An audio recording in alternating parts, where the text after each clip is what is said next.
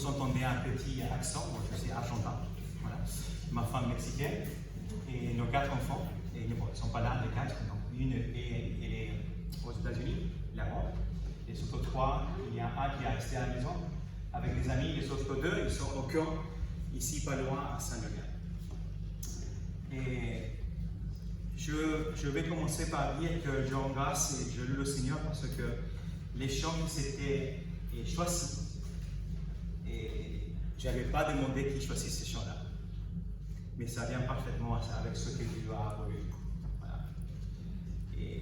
Et parfois, c'est pas, quand on vient dans un autre lieu, c'est pas simple de savoir qu'est-ce que Dieu veut qu'on parle. Mais Dieu sait.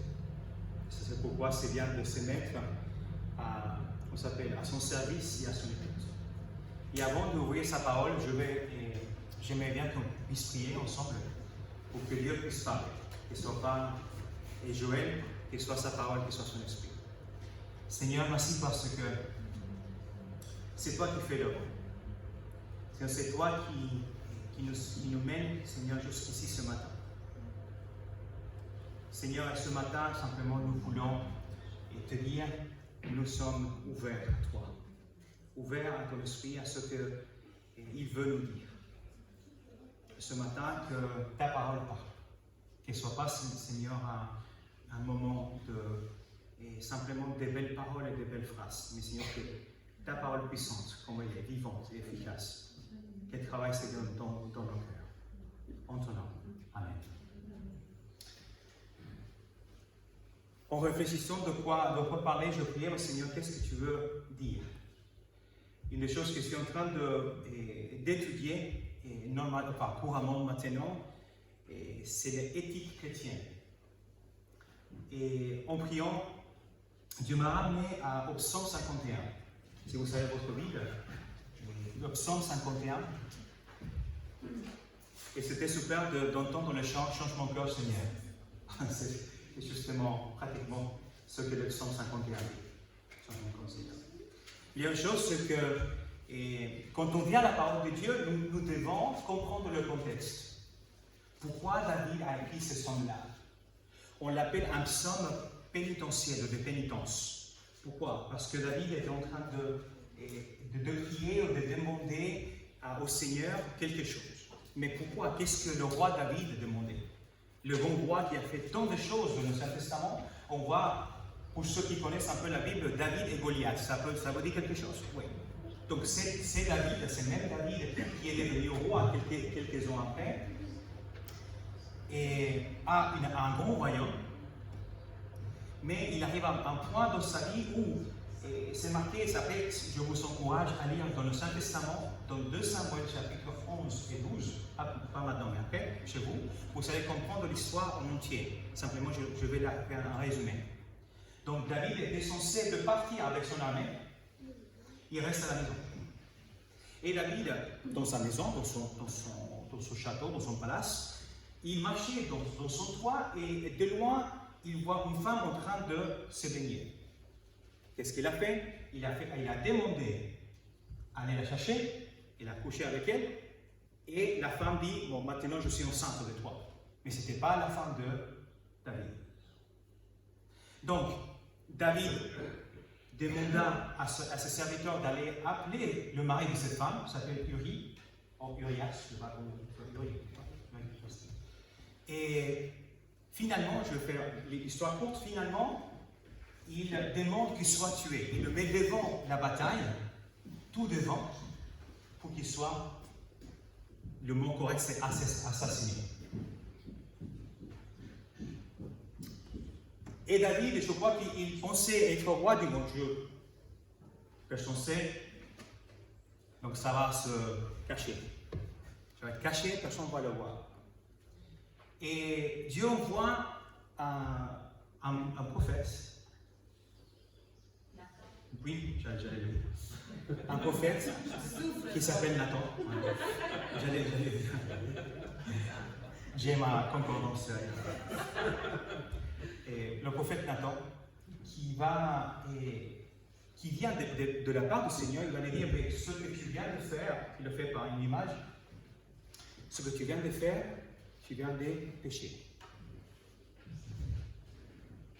Et évidemment, quand le roi David comprend cela, malheureusement, cet enfant qui va naître de Bathsheba, il meurt.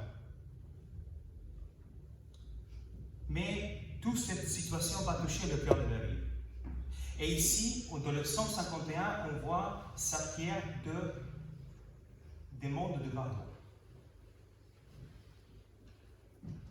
Et je me posais la question, Seigneur, est-ce qu'il y a des lieux sombres dans ma vie, comme le roi David? Peut-être n'est pas à ce niveau-là, ou peut-être à ce niveau-là, ou peut-être dans des autres domaines de ma vie, dans lesquels il y a simplement ces lieux qui doivent venir me dire ce que tu fais, Joël, c'est pas correct. La façon de comment je traite mon épouse, mes enfants, mes amis, comment je me comporte devant les autres, comment c'est ma bouche qui parle. Il y a beaucoup de choses qu'on peut dire, ça va pour moi. Je connais suffisamment de comment bien faire pour rester cool.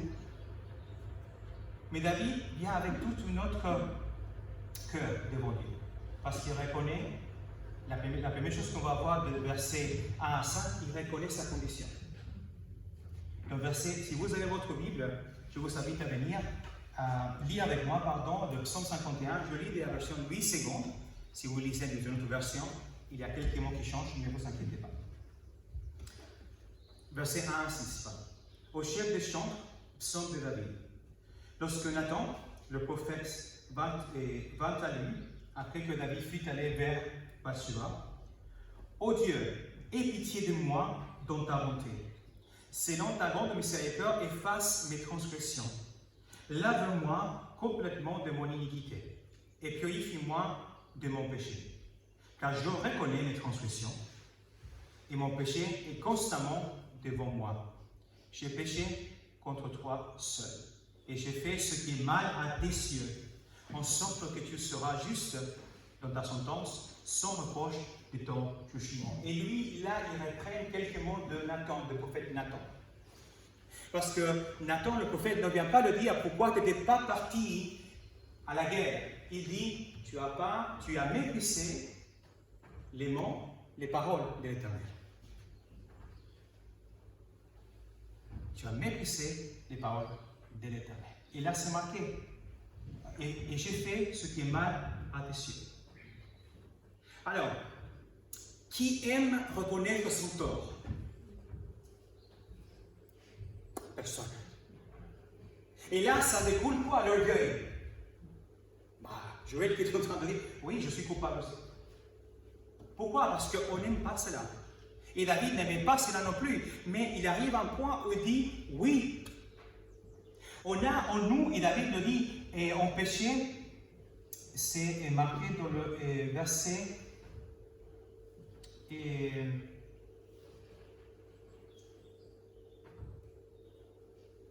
verset 7. Voici, je suis né dans l'iniquité et ma mère m'a conçu dans le péché. C'est pas que David, et c'est pas que sa maman était une mauvaise personne. Simplement, David est en train de dire qu'il est né avec une tendance vers le mal. On l'appelle dans la Bible une nature pécheresse. Je n'ai pas eu le temps, mais si je vous montrerai une écran blanche avec un point noir, la plupart des gens, la plupart du temps, les gens voient quoi en premier? La plupart du temps. Pourquoi? Parce qu'on est centré sur quelque chose de mauvais, ou quelque chose de principal, mais on ne voit pas le reste. Et c'est comme ça, nous. Chaque fois qu'on vient vers une personne, la première chose, parfois qu'on voit, c'est quoi? C'est des choses mauvaises. Au lieu de voir le reste que la personne a fait. Dieu nous a donné 4 enfants et parfois, malheureusement, je tombe dans ça. Au lieu de voir tout ce que mon enfant a fait de bien, tout ce qu'il a rangé dans la maison, qu'est-ce qu'on dit? Ah, t'as manqué quelque chose là à côté du canapé. Bah, c'était un parent, tu as besoin de faire ça. Oui et non. Oui, je vais encourager mon enfant à arranger, à faire tout ça, mais au lieu de dire waouh, c'était super en premier, je vois que le point noir. Et là, cette tendance, David la reconnaissait. Et là, c'est l'importance de dire change mon cœur, Seigneur, et purifie-moi. Je reconnais mon péché. Je reconnais que j'ai cette tendance vers le mal. Et ça me rend une personne humble. Alors si je ne veux pas reconnaître mes péchés, je me trompe. Et un l'évangéliste Jean le dit dans sa lettre en 1er Jean, dit celui qui se croit bien, il se trompe lui-même. Il se auto-trompe.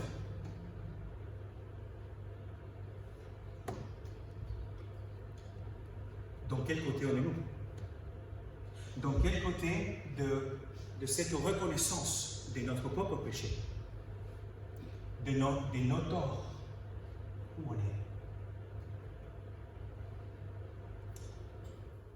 Ça fait 2 ans et non, 2020, oui, 2020, et avant de la toute première confinement,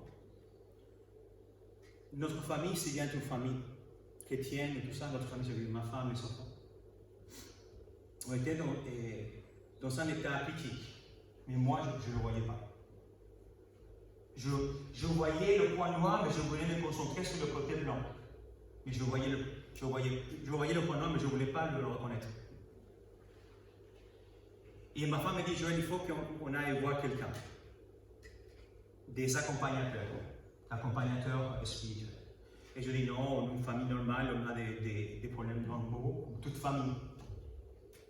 Et ma femme me dit, non, mais non, il faut qu'on aille. Et je dis, écoute, si j'y vais pour toi. Et donc, au-dedans de moi, il y a une voix qui est sortie, mais peut-être tu as besoin plus que de tout ça. Et en étant là, je crois que c'était le premier jour, j'étais un peu, pas loin, mais j'étais assis, mais je regardais comme, c'est pas pour moi ça. Mais quand Dieu m'a dit, bon, Joël, arrête, relax, ça c'est pour toi aussi. Dieu m'a montré, voilà le point noir. Voilà le point noir. Et Dieu a commencé à sortir des choses. Et j'ai bien raconté ça parce que ça me touche personnellement. C'est quoi? Et j'aime pas trop les images parce que peut-être parfois ça dépasse de ce qu'on veut partager. Mais Dieu m'a donné cette image de que mon cœur, dans mon cœur, il y avait un endroit, comme un hôpital, d'accord? Dans mon cœur, il y avait un endroit où il y avait des gens en coma. En coma, ce sont des gens qui ne bougent pas, qui ne parlent pas, qui doivent manger ou qui doivent être mis à des perfusions, mais qui prennent une place, qui prennent de la place dans l'hôpital, qui prennent vitalité. Je pense à moi, ils prennent la vitalité, ma vitalité, ils prennent tout cela et je dis, je veux aller là. Mais j'ai dû reconnaître que j'avais besoin que Dieu rentre là. Dieu était à la porte, je me disais, Joël, je suis en train de faire. Je veux rentrer dans ces lieux-là.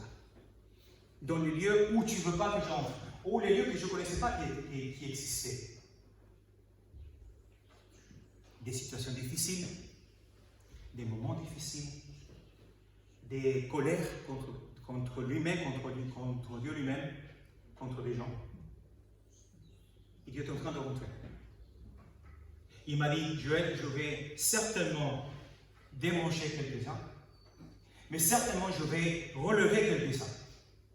Et dans mon cœur, il a commencé à battre bien fort le Seigneur, je ne veux pas revivre tout cela. Mais David est en train de vivre cela. Et c'était difficile pour lui. Je m'imagine David ici en train d'être à genoux. Ou à l'extérieur de sa maison en train de marcher en pleurant.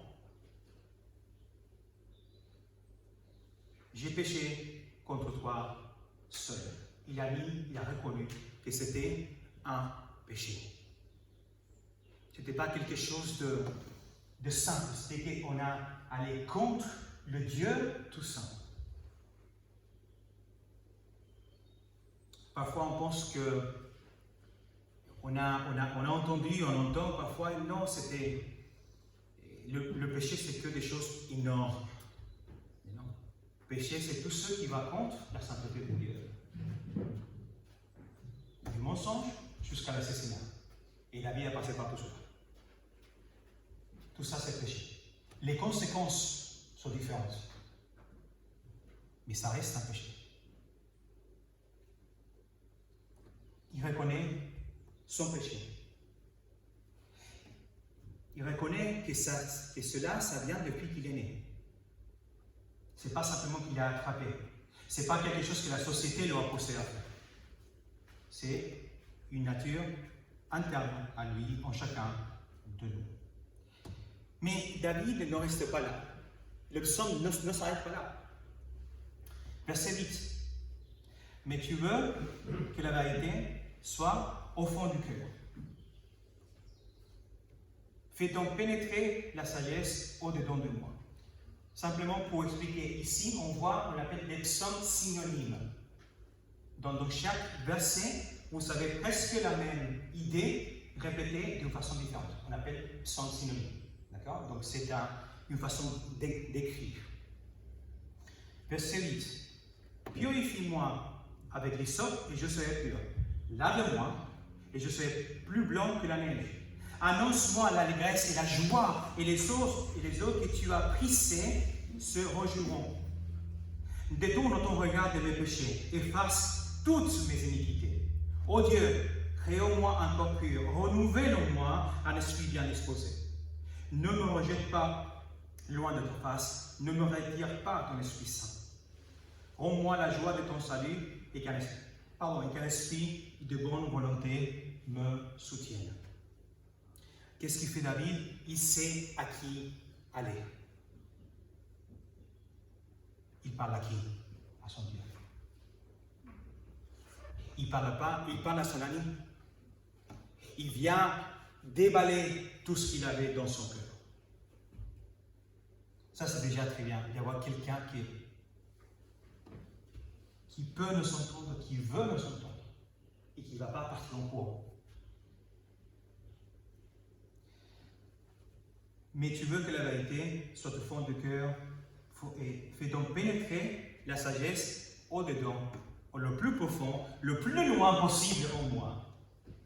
Parce que quand je pêche, imaginez-vous que c'est comme une racine d'une plante. Ici, David est en train de dire arrache la racine. David sait qu'il va faire mal. Mais il est disposé à le faire. Parce qu'il sait avec qui il parle. Et il dit, purifie-moi avec l'hysope et je serai pur. Lave-moi et je serai plus bon que la neige. Quand il parle de l'hysope, c'est une plante. D'accord? Ce n'est pas les hysope qu'on voit aujourd'hui pour les oreilles. C'est différent. Hysope, dans ce temps-là, c'est une plante médicinale. D'accord? Qui se rapproche à la menthe. Et se donnait beaucoup dans ce temps-là en Israël. Donc, les sacrificateurs les utilisaient, les ramassaient, ils faisaient comme un bouquet, d'accord, pour le rituel de purification des gens qui avaient la lèpre, des lépreux.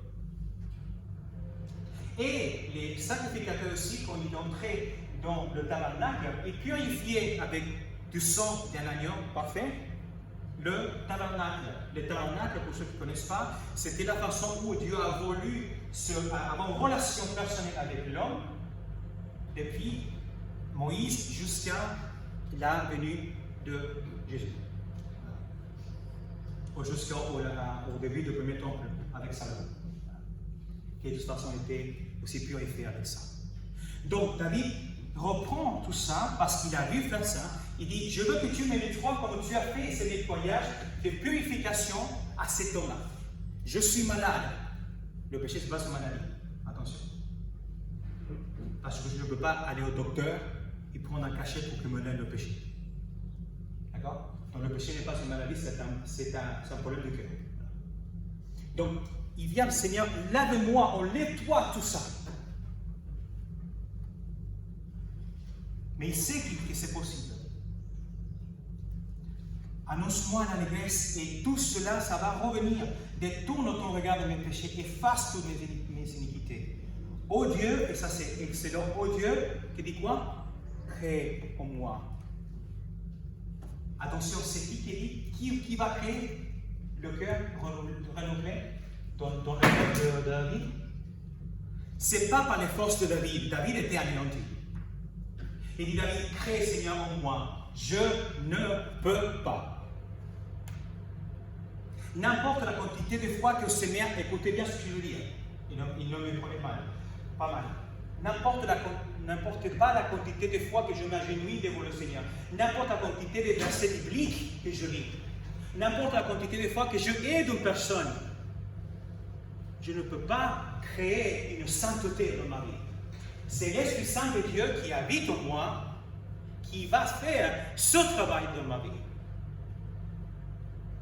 Je ne dis pas que prier, étudier la Bible, aider les autres, c'est mauvais. D'accord? Et je le vois, il faut le faire. Mais je ne peux pas prétendre que quand je fais tout cela, ça va me donner quelque chose en retour. C'est l'Esprit de Dieu qui fait le changement. David dit, oh Dieu, crée en moi un corps pur, renouvelle en moi un esprit bien disposé. Il reconnaît sa condition, il sait à qui aller. Je vais simplement expliquer le verset 13, parce que parfois on peut se confondre de ce que je viens de dire. Ne me rejette pas loin de ta face, ne me retire pas ton Esprit Saint. Qu'est-ce que ça veut dire cela? Dans l'Ancien Testament, depuis la Genèse jusqu'à la venue de l'Esprit de Dieu en Actes chapitre 1, d'accord, quand l'Esprit de Dieu est donné d'une façon permanente, l'Esprit de Dieu était mis sur la personne, sur la personne, pas dans la personne, mais sur la personne, pendant un temps spécifique, pendant une mission spécifique. Comme c'est le cas avec Samson, que l'Esprit de Dieu venait pour faire quelque chose de spécifique, pour une mission spécifique. C'était temporel. Mais là, David dit, ne retire pas de l'Esprit Saint de moi. Il voyait la différence quand l'Esprit de Dieu venait sur lui, il était sur lui. Aujourd'hui, nous avons la bénédiction d'avoir l'Esprit de Dieu en permanence. Il ne part pas en courant quand je pêche. Il est là pour nous dire, attention, Joël, tu es en train d'aller trop loin dans ta vie. Rends-moi la joie de ton salut et qu'un esprit de bonne volonté me soutienne. Il savait qu'il avait que venir à Dieu, c'était la meilleure solution. Il n'avait pas d'autre personne. Il n'avait pas d'autre qui pouvait lui donner un espoir tellement énorme qui allait le faire revivre. Aucun effort humain est suffisamment bon pour nous redonner la vie. Simplement Christ. Verset 16 jusqu'à verset 19, on voit quelque chose de très impressionnant. J'enseignerai tes voies à ceux qui les transgressent, et les pécheurs reviendront à toi. Ô Dieu, Dieu de mon salut, délivre-moi du sang versé, de l'assassinat qu'il venait de faire. Et ma langue célébrera ta miséricorde. Seigneur, ouvre mes lèvres et ma bouche publiera ta louange. Si tu avais voulu des sacrifices, je te l'aurais offert, mais tu ne prends point plaisir aux holocaustes. Les sacrifices qui sont agréables à Dieu, c'est un esprit brisé. Ô Dieu, tu ne me dédaignes pas un cœur brisé. Pardon. Ô Dieu, tu ne dédaignes pas un cœur brisé et contrit. David dit, Seigneur, je sais que quand tu vas me pardonner, tu vas me donner cette joie et moi je vais pouvoir aller et partager cette joie aux autres. Pourquoi? Parce que Dieu n'est pas un Dieu qui vient avec un doigt pour nous dire, attention, pour te dire, tu as fait mal, tu as fait mal, tu as fait mal, tu as fait mal. Ce n'est pas un Dieu qui va nous mettre par terre. Et c'est un Dieu que nous, on lève. Tout le temps. Tout le temps. Ma bouche peut publier tes louanges. Si tu avais volé des sacrifices, je t'en ai offert, mais tu ne prends pas point plaisir aux holocaustes. Il devait faire des holocaustes. Parce que Dieu l'avait demandé. Mais David et les autres prophètes et les autres personnes dans l'Ancien Testament, ils savaient que les holocaustes étaient quelque chose externe à moi, externe à eux. Et encore une fois, n'importe combien de fois je m'assois ici un dimanche matin dans une autre chapelle, n'importe, et n'importe la quantité de fois, mais je peux lever mes mains, attention, je ne dis pas qu'on est tous des menteurs. Mais je dis que ce que je fais devant les autres montre quelque chose de moi. Quand je ouvre ma bouche pour chanter, c'est quoi? C'est une expression externe de ma joie interne. La bouche nous parle sur ce qui est dans le cœur. Jésus a dit quoi? De l'abondance du cœur parle la bouche. Donc tout ce que j'ai dans mon cœur, ça exprime dans ma bouche. Et David dit, tout ce que je peux faire à l'extérieur de moi, c'est bien, mais ce n'est pas quelque chose qui va combler ma relation avec Dieu. Qu'est-ce que c'est marqué? Juste après, les sacrifices qui sont agréables aux de louanges à Dieu, c'est quoi? C'est un esprit puissant. C'est un esprit qui reconnaît sa condition. C'est un esprit qui dit, je sais à qui aller. C'est un esprit qui dit, je vais louer. C'est Dieu qui m'a secouru, qui m'a aidé. Il m'a aidé. Oh Dieu, tu ne dédaignes pas un cœur puissé et contrit. Mais pourquoi utilises-tu deux fois le mot puissé? Parce que c'est dans ces moments-là, parfois, qu'on entend mieux Dieu. Quand on est cassé, quand on voit qu'il n'y a rien d'autre qui peut se passer, quand on n'a plus le contrôle de ce qui se passe.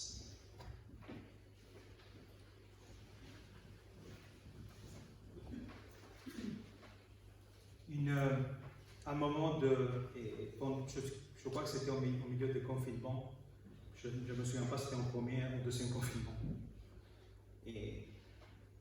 Mais ma femme me dit, Joël, je te connais et je t'aime, mais il y a une carapace autour de toi. Une carapace qui ne me permet de voir le vrai toi. Et moi, je suis une personne qui reçoit ce que les personnes me disent et je le passe par les filtres.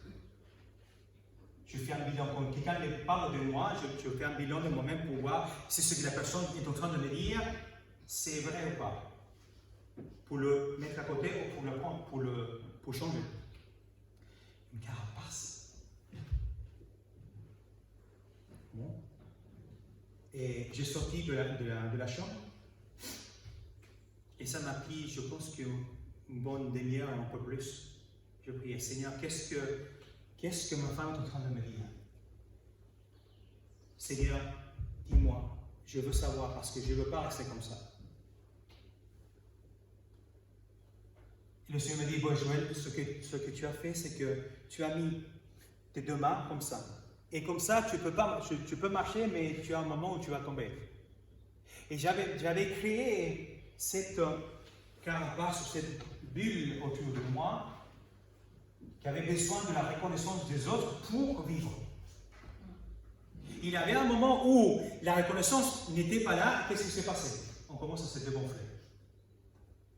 Et quand on commence à se dégonfler, quand un ballon de basketball, de n'importe quel sport est dégonflé, ça sert à rien. Parce qu'elle n'est pas efficace pour l'activité à laquelle elle était destinée. Et Dieu a voulu casser, briser cette carapace. Et je peux dire, je suis un autre Joël après ce jour-là. Dieu m'a libéré. Il m'a dit, Joël, lève-toi tes mains. Je suis là, ta femme est là, tes enfants sont là, tes amis sont là, l'église est là. La seule chose que j'ai besoin, c'est pas que je ne veux pas que tu fasses quelque chose, je veux que tu ouvres ton cœur, point. Et moi, je fais le reste. Et moi, je fais le reste. Ça ne veut pas dire qu'on doit simplement s'asseoir et ne rien faire. Ça veut dire qu'il faut laisser le Seigneur travailler dans nos cœurs. Je ne veux pas vous dire la quantité de larmes que dans ces 2 ans qui sont passés, j'ai versé. C'était toutes les larmes que j'ai pratiquement jamais versées.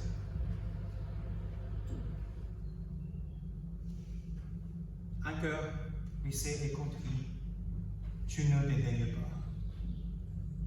Parce qu'on est vulnérable, parce qu'on est à cœur ouvert.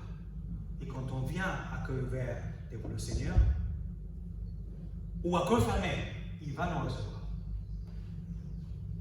Mais je suis disposé à entendre sa voix. Je suis disposé à reconnaître ma condition. Mais je sais à qui j'y vais.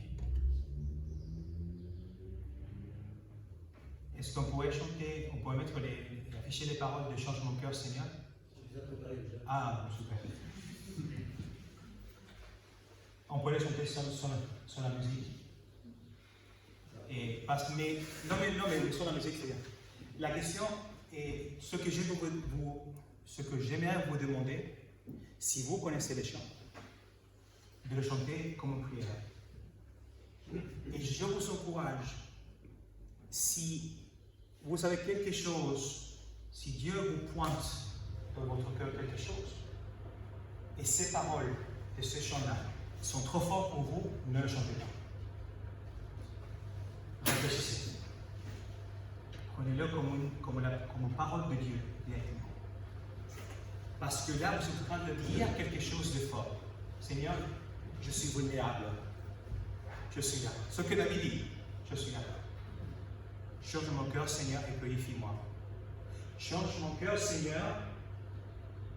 C'est marqué quoi? Que je sois comme Dieu est saint. Dieu est tout-puissant. Et Dieu me dit, soyez saints, car je suis saint. Et ce n'est pas une suggestion, c'est une demande. Jésus, tu es le potier, je suis l'argile. Encore une fois, c'est marqué, brise-moi. C'est marqué encore ici. Brise-moi, façonne-moi. Oui, c'est bon. Si ce n'est pas, encore une fois, je le dis avec beaucoup de crainte devant le Seigneur. Ici, personne ne va vous juger si vous ne chantez pas. Mais si c'est votre désir, change mon cœur, Seigneur. Et purifie-moi. C'est bon désir. On va le chanter 2 fois. Change mon cœur, Seigneur, et purifie-moi. Change mon cœur, Seigneur, que je sois comme toi.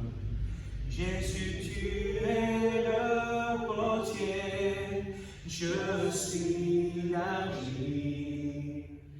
Brise-moi, façonne-moi, oui, c'est mon désir. Change mon cœur, Seigneur, et purifie-moi. Change mon cœur, Seigneur, que je sois comme toi. Jésus, tu es le potier. Jésus, tu es le potier, je suis l'argile. Brise-moi, façonne-moi, oui, c'est mon désir.